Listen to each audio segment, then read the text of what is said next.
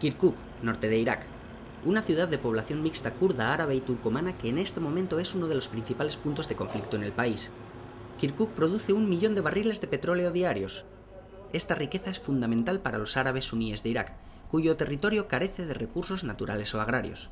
Sin embargo, la ciudad está bajo control kurdo, aunque las autoridades kurdas niegan que el petróleo sea el motivo de su interés por esta localidad. One of the pretexts of the surrounding countries, the Kurds ask for Kirkuk to be the economical base for dividing Iraq and separatists. Of course, this is stupid. We have a draft of oil law in Iraq.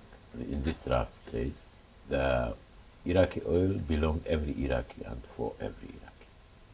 Como consecuencia de la Primera Guerra del Golfo, las 3 provincias kurdas del norte de Irak mantienen desde 1992 un estatus semi-independiente, con su propia administración regional. En 2003, durante la invasión estadounidense, tropas kurdas extendieron las áreas bajo su control hacia el sur, incluyendo Kirkuk.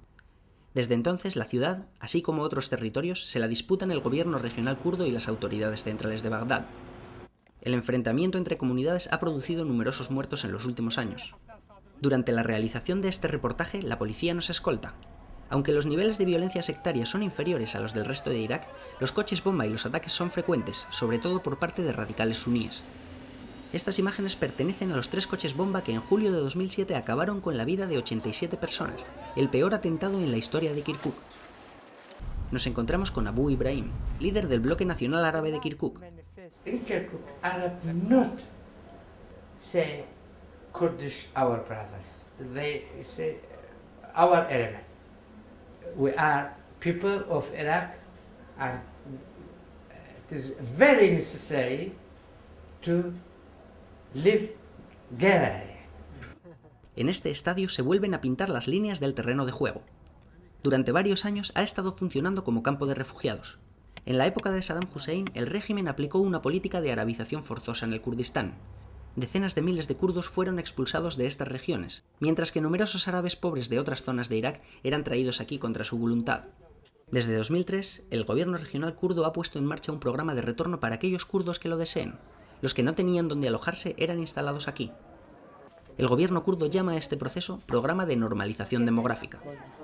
One of the articles of Iraqi Constitution, Article 140, draws the roadmap how to solve the problem of dispute area.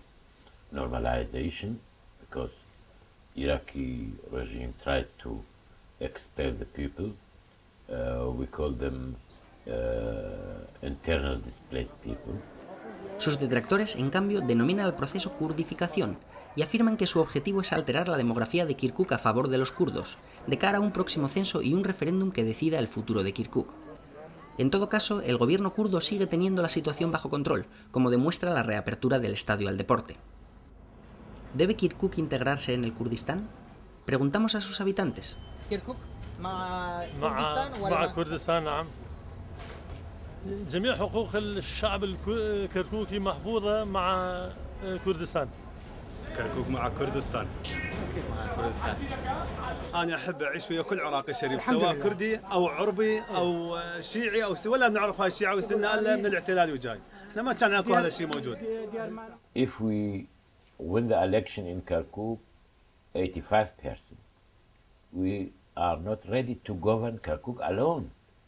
We have to ask Turkmens, Arabs, Christian community to rule the Kirkuk together with us.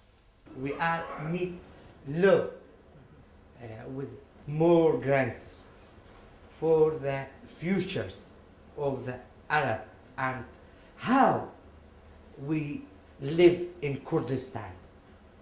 Kirkuk no es el único territorio en disputa, pero muchos observadores piensan que es la clave para el futuro del país.